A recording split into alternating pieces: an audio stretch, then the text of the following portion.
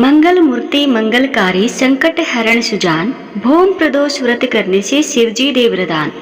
श्री शिवाय नमस्तुभ्यम हर हर महादेव।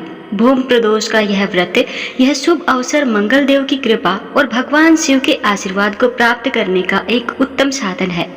यह व्रत समस्त ऋण रोग और कष्टों को हरने वाला है। श्रद्धा और भक्ति से की गई भगवान शिव की पूजा न केवल मनोकामनाओं को पूर्ण करती है बल्कि जीवन में शांति, समृद्धि और सुख शक्ति का भी संचार करती है। तो आइए प्रिय भक्तगणों, आज मंगल देव और भगवान शिव की कृपा से जुड़े इस पावन व्रत की एक प्राचीन कथा का श्रवण करते हैं। कथा से पहले जान लेते हैं इस बार के प्रदोष व्रत और प्रदोष काल के समय के बारे में। इस बार फाल्गुन शुक्ल पक्ष का और मार्च का पहला प्रदोष व्रत रहेगा 11 मार्च दिन मंगलवार को, और भूम प्रदोष व्रत 11 मार्च मंगलवार को प्रदोष काल का समय रहेगा शाम 5:45 से शाम 7:15 तक। इस समय के अंदर अंदर आप शुभ मुहूर्त में भगवान शिव का पूजन करने के बाद कभी भी अपने व्रत का पारण कर सकते हैं। प्राचीन काल की बात है, अवंती नगर में धर्मनिष्ठ राजा चंद्रसेन राज्य करते थे।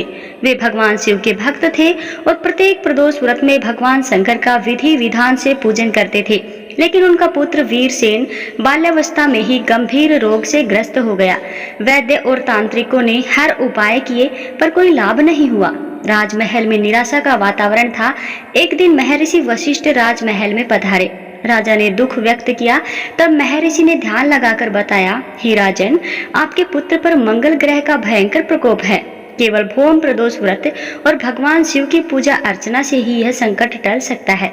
राजा चंद्रसेन ने तुरंत भूम प्रदोष व्रत का संकल्प लिया। संध्या समय उन्होंने विधि विधान से भगवान शिव की पूजा की।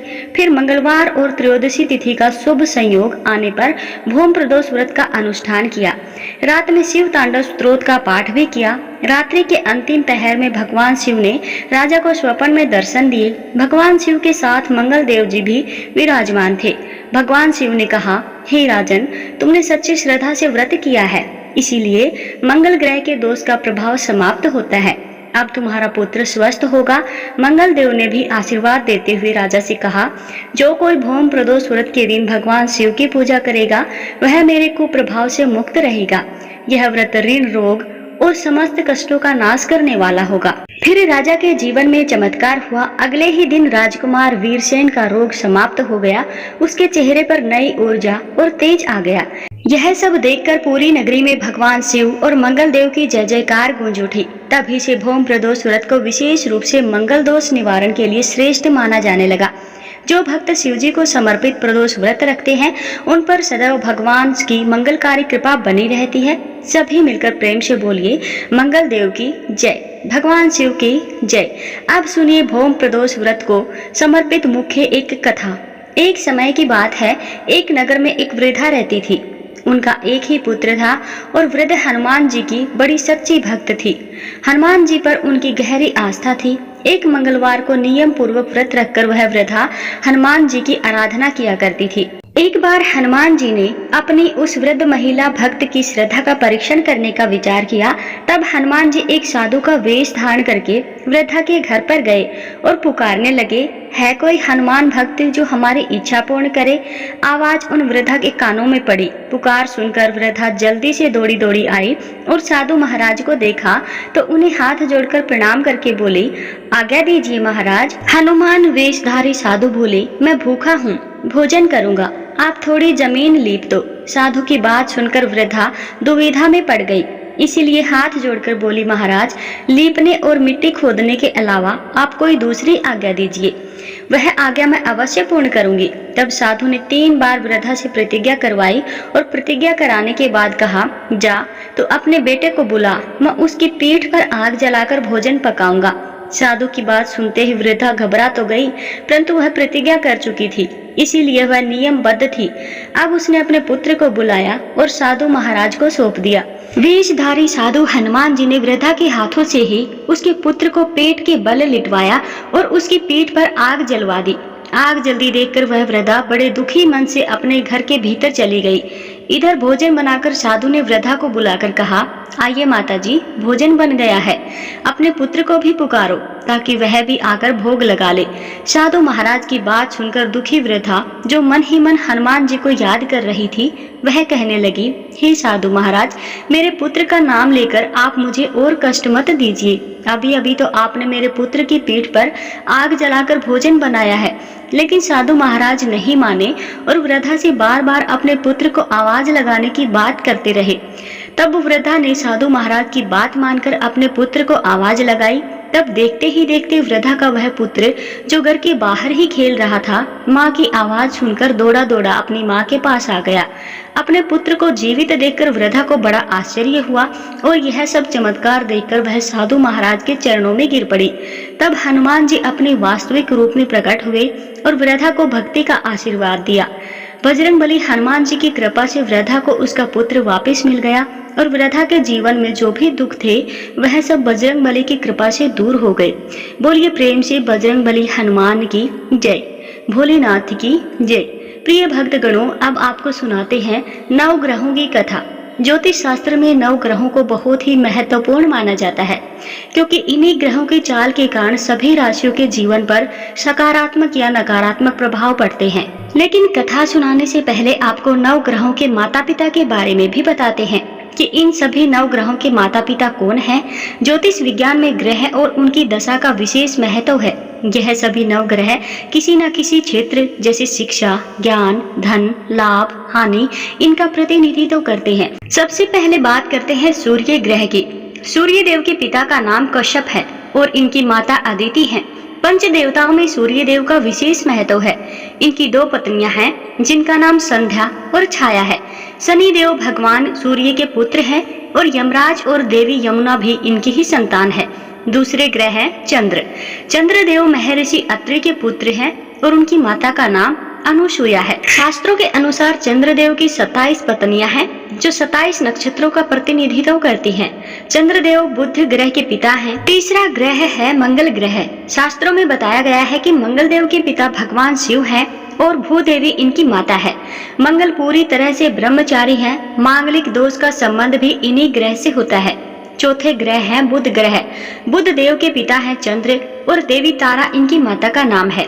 बुध देव को समस्त वेद और शास्त्रों का ज्ञान देव गुरु बृहस्पति से प्राप्त हुआ था और इनकी पत्नी का नाम ईला है। चंद्र वंश का प्रारंभ भी इन्हीं से हुआ था। चौथे ग्रह है बृहस्पति। देव गुरु बृहस्पति के पिता महर्षि अंगर है। शुरूपा इनकी माता का नाम है और इनकी पत्नी का नाम तारा है। महाभारत काल में मुख्य भूमिका निभाने वाले गुरु द्रोणाचार्य इनके पौत्र माने जाते हैं। शास्त्रों में इन्हें देवताओं का गुरु भी बताया गया है। 5वें ग्रह है शुक्र ग्रह। शुक्र देव के पिता भृगु ऋषि हैं और काव्य माता इनकी माता का नाम है। इन्हें कठिन तप के कारण भगवान शिव से मृत संजीवनी विद्या प्राप्त हुई थी। इनकी पत्नी का नाम जयंती है, जिन्हें देवराज इंद्र की पुत्री के रूप में जाना जाता है। और छठे ग्रह है शनि ग्रह। शनि देव भगवान सूर्य के पुत्र हैं और इनकी माता का नाम छाया है। लेकिन शनि का स्वभाव अपने पिता के गुणों से बिल्कुल विपरीत है। शनि देव कर्मों के अनुसार फल प्रदान करते हैं और इनकी पत्नी का नाम है धामिनी। 7वें और 8वें ग्रह के रूप में राहु और केतु को जाना जाता है, जो कि समुद्र मंथन के समय तक अमृत पान करने से पहले तक स्वर भानु था, जिनके पिता का नाम विप्रचित है और माता का नाम संगका है। राहु की 2 पत्नियां हैं जिनका नाम नागवल्ली और नागकणी है। इनका वाहन काले अश्व वाला रथ है। वही स्वर भानु दैत्य के धड़ से केतु उत्पन्न हुए थे, जिनका वाहन चील है। यह तो था सभी 9 ग्रहों का परिचय। अब सुनिए 9 ग्रहों की कहानी।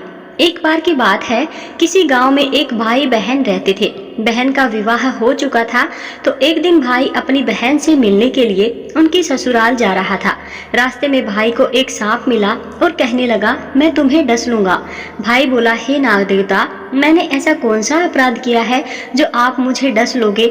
आप मुझे क्यों डसना चाहते हो? तब वह सांप बोला, तुम्हारे 9 ग्रह की दशा लगी है, इसीलिए मैं तुम्हें डस लूंगा।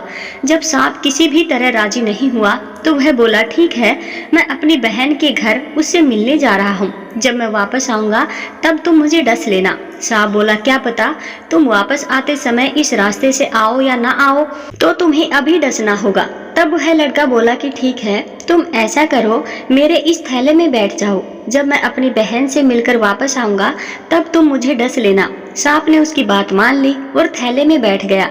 लड़के ने ऊपर से बेलपत्र ढक दिए ताकि वह किसी को दिखाई ना दे और फिर अपनी बहन के घर पहुंच गया।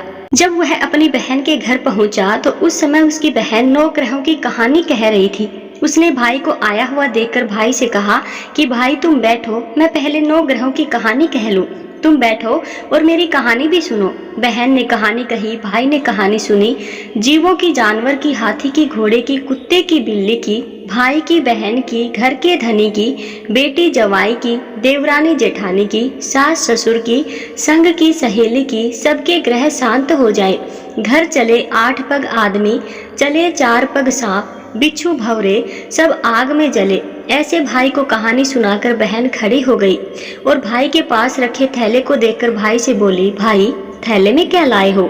इससे पहले कि भाई कुछ कहता उसने वह थैला उठाया और घर के अंदर ले गई। थैला खोलकर देखा तो बेलपत्र, केले और संतरे बन गए और सांप एक चमचमाता हुआ हार बन गया। जब बहन हार पहनकर बाहर आई तो बहन के गले में चमचमाता हुआ हार देखकर भाई बोला, बहन इतना कीमती हार तुम कहाँ से लाई हो? बहन बोली, भाई तुम ही तो लाए हो मेरे लिए। थैले में केले और संतरे के साथ हार भी तो था ना?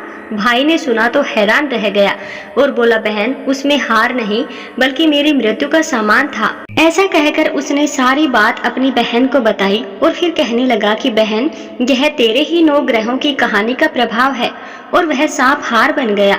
अब यह हार तू ही रख ले। कुछ दिनों के बाद बहन के घर रहने के बाद जब भाई वापस चलने लगा तो बहन बोली, भाई तुम्हारे 9 ग्रहों की दशा लगी है, तुम घर जाकर भाभी से कहना कि वह 9 ग्रहों की कहानी कहे। ऐसा कहकर उसने अपने भाई को विदा किया। भाई जब अपने घर पहुंचा और जाकर अपनी पत्नी से बोला कि सुनो, हमारे 9 ग्रहों की दशा लगी है, हम 9 ग्रह की कहानी रोज कहा करेंगे। मैं कहूँगा और तुम सुनना, तुम कहोगी तो मैं सुनूंगा। फिर बोला कि जाओ 1 लोटा जल भर कर के लाओ, साथ में चावल और चीनी के दाने भी लेकर आओ।